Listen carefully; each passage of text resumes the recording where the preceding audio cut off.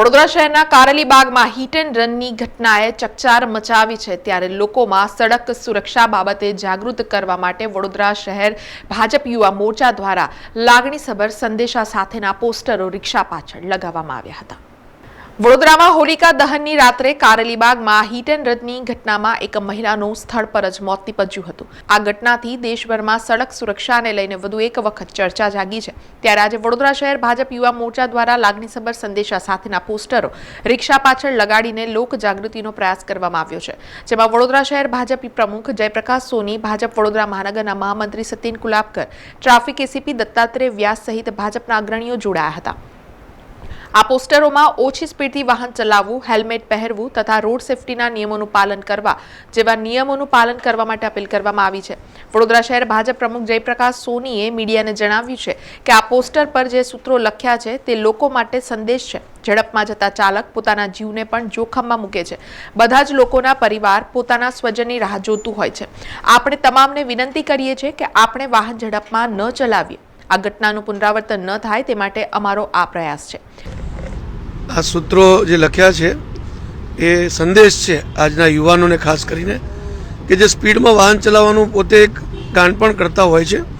ખરેખર એમને પોતાની પણ જાન એમાં જોખમમાં મૂકી દે છે। કોઈ પણ દુર્ઘટના બનતી હોય છે તો સામેવાળાને તો નુકસાન થાય જ છે, પોતાને પણ થતું હોય છે।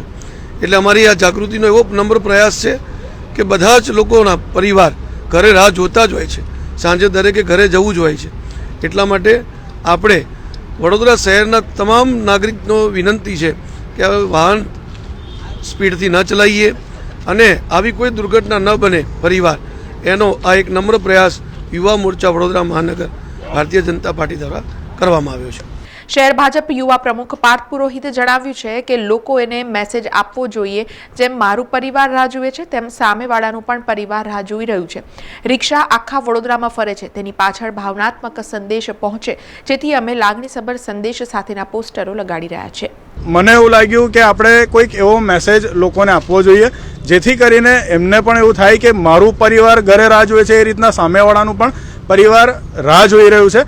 એટલે આ બધા જ વિચારો આવ્યા ત્યારે મને મગજમાં એવું આવ્યું કે કોઈક રિક્ષા એક એવું માધ્યમ છે કે આખા વડોદરામાં એ ફરતી હોય છે, તો રિક્ષા પર ઇમોશનલ અને મેસેજ આપવામાં આવે જેથી કરીને કોઈક વ્યક્તિ એને વાંચશે પણ તો એ જ્યાં સુધીને એ એના ડેસ્ટિનેશન પર નહીં પહોંચે ત્યાં સુધી એના મગજમાં એ સ્લોગન ચાલતું રહેશે। આ એક સ્લોગન તમે જેમ કીધું કે બી અ રક્ષક ઇન સમવન્સ લાઈફ, નોટ રક્ષિત। કોઈના જીવનમાં તમને લાઈફ ચાન્સ આપે ને તો રક્ષક બનીને આવજો, રક્ષિત બનીને ના આવતા। 100થી વધારે પોસ્ટર આજે વડોદરાની અલગ અલગ રિક્ષાઓ પર સીપી સાહેબના માર્ગદર્શન હેઠળ અને વડોદરા શહેરના અમારા અધ્યક્ષ ડૉક્ટર જયપ્રકાશભાઈ સોની સાહેબના માર્ગદર્શન હેઠળ 100થી વધારે રિક્ષામાં આજે લગાડવાના છે। સમાચારોના સતત અપડેટ માટે TNN ન્યૂઝને YouTube પર સબસ્ક્રાઇબ કરી બેલ આઇકોન પ્રેસ કરો અને અમારી સાથે જોડાયેલા રહો ફેસબુક, ઇન્સ્ટાગ્રામ અને ટ્વિટર ઉપર।